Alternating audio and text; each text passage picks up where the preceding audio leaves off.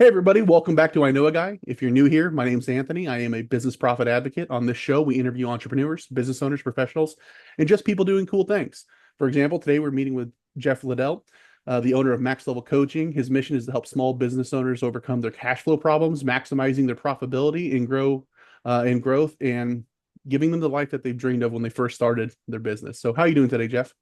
Doing great. Thanks, Anthony. How are you? Oh, I'm doing pretty good myself. I can't complain. It's really the fall weather. This is my time of the year, so I can't really be upset. I had a chest cold a couple weeks ago, but that's gone, so it's all smooth sailing now. So, Great.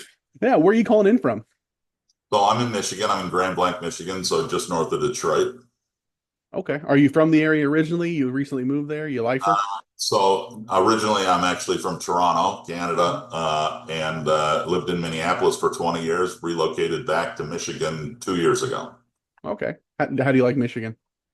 It's a great state. I mean, I've always lived in the Four Seasons, and I love it. But Michigan's an outdoor state. Lots of lakes, lots of golf, lots of trees. It's Hmm. beautiful. What about your hobbies? Do you like the lakes, golfing, trees, or any one in particular that stands out to you? So, I have 6 kids, so my hobbies have kind of been set aside to participate in whatever my kids are doing. I've coached them all in sports, whether it's sons or daughters, in just about everything they're participating in. Although I drew the line at figure skating and dance, that was way outside my skill set. What was your favorite one to coach? What sport? So I love hockey and lacrosse. Those are the two sports that but I've coached baseball, basketball, football, but hockey and lacrosse are my favorite. Never played lacrosse. Recently went to well, not recently. Last year went to my first hockey game, and that was a lot of fun. But never got into lacrosse here in the middle of nowhere where we had like 8 people. There wasn't a lot for it. In the Midwest, it's an emerging sport, right? So Mm. it's really taken off in the last, 15, 20 years, I would say. Awesome, awesome. So, what can you tell us about max level coaching? What is it exactly that you do? So I work closely with small business owners. Really, I'm kind of building a network of bookkeepers that I'm partnering with and working to help drive the performance and profitability of their clients. My background has been, building businesses. Whether it was in Fortune 500 companies, I had my own small business that I built into a multi-location, multi-million-dollar business.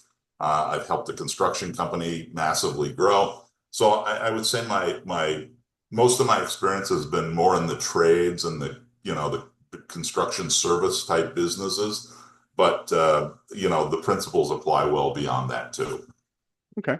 Well, how'd you get started specifically in coaching? It sounds like you had a background and all that, but what made you go, this is what I You want to know, do? probably just having coached my kids, on all those sports. And even when I was running my businesses, I had friends who they were running businesses and they'd come to me looking for help. And so, I would be coaching them in how to overcome these things.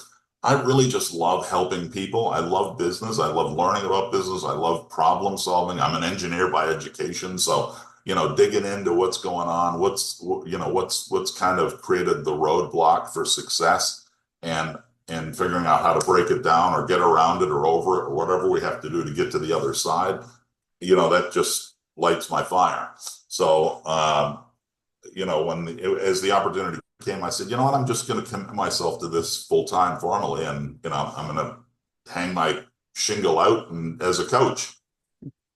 I got you. Yeah, those are some of my favorite stories about how people got started is they were just kind of doing it anyway, and they go, I really love doing this. I wonder if I could just do this for work. And then they get on that track, and then those are my favorite. It's just kind of serendipitous the way they stumble into it, and then they're happier than they were before. So that's awesome to hear. How do you think like being a coach for your kids, kind of translates over well? Because I imagine there's a lot of overlap with coaching because there's different people that react to different kind of styles and stuff. How does that carry over?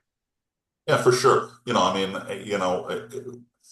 I'm coaching people at various different stages, various different skill sets, various different experiences, but my goal is always the same, to try to understand what their objective is and then help them develop to that potential as quickly as possible. If I use the analogy with kids, I have some kids that'll come, I'm not coaching high level travel or, like tier Division 1 college sports. I'm coaching youth sports, right?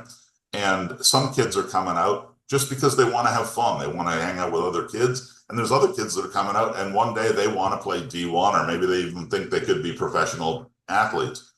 You can't coach them the same. I want the kid who's coming out to have fun. I want him to have fun. I want him to enjoy the sport. I want him to improve.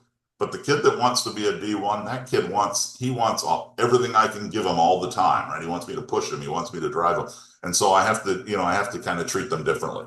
Businesses are similar.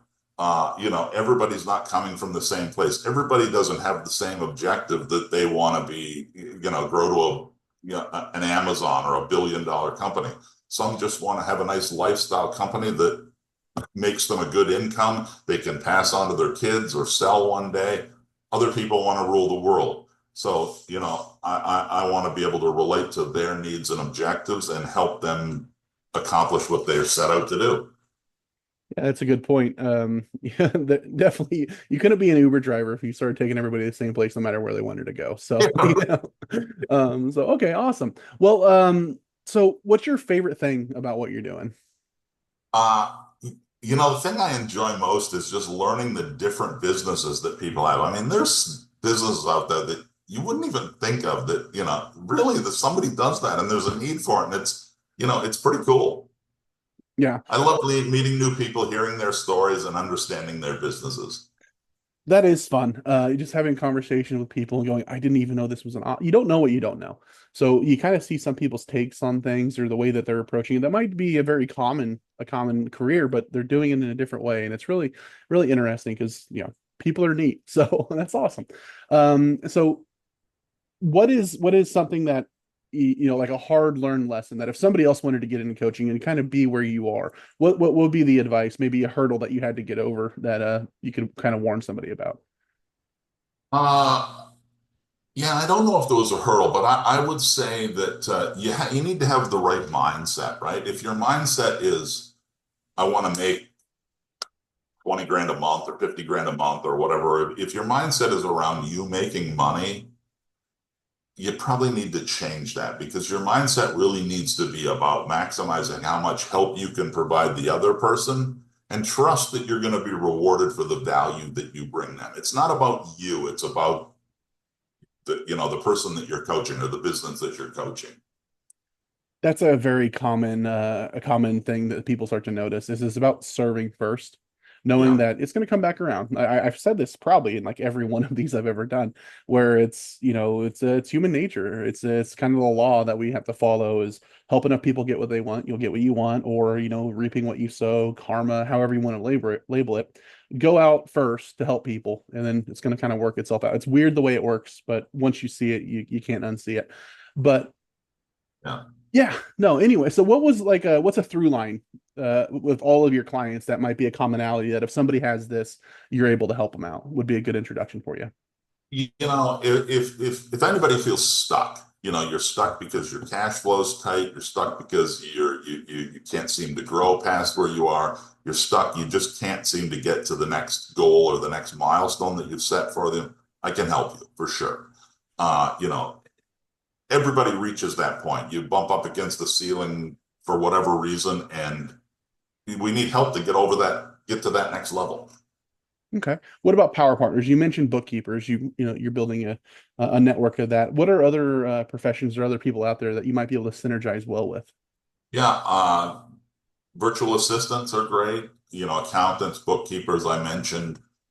Business brokers are great. I mean, a lot of times the people that I'm working with are at some point thinking about how they're going to exit. And maybe part of the reason we're working together is they want to get their business to a place where they can maximize its value in an exit.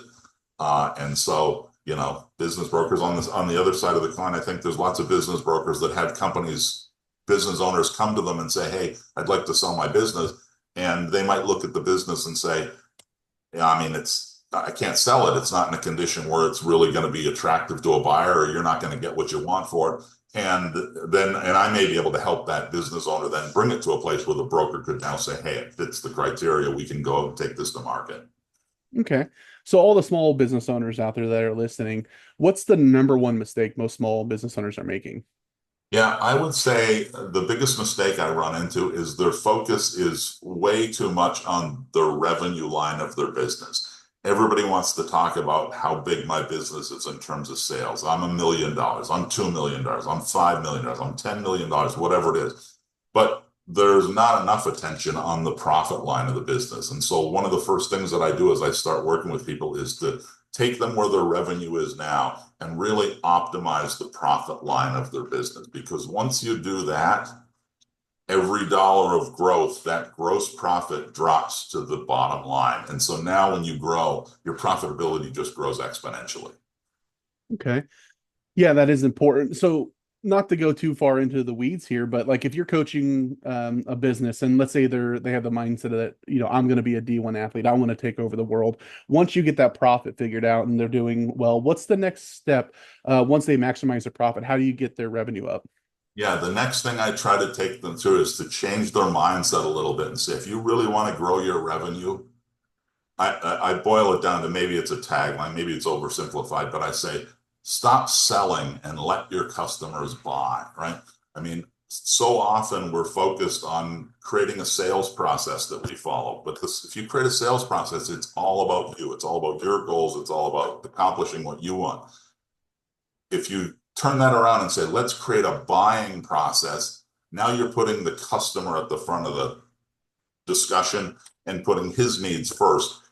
Let's face it, everybody loves to buy, but nobody likes to be sold to. So the more we can create that relationship where we're allowing our clients and our customers to choose to buy from us, we want to make it attractive, make it compelling. We definitely want to get them, but we don't want to feel like it's being forced upon them. Sales start to really take off. Yeah, and there we go back to serving first. So, Yeah. it's all interconnected. And like I said, I can't stress enough. Once you see it, you can't not. So is there anything that we missed that I failed to ask that you wanted to mention?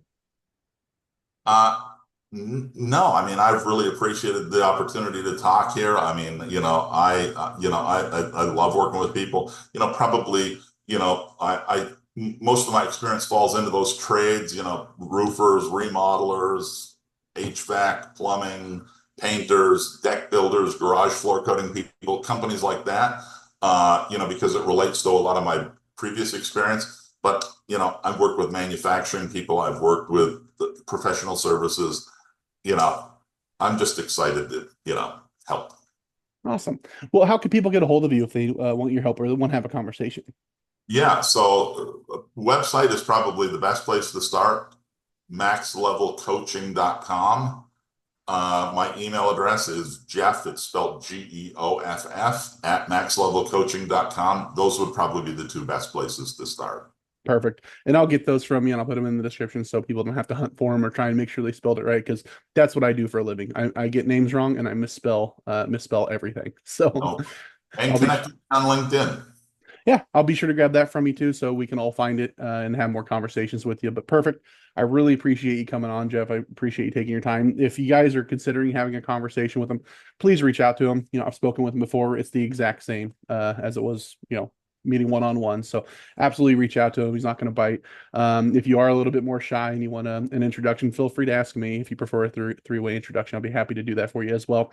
But if anybody out there would like to be interviewed, feel free to reach out to me as well. I'll have my link tree in the bio with my calendar link and all my socials. So can help you out there. But otherwise, again, Geoff, I really appreciate your time. Let's all get out there and meet some people. All right.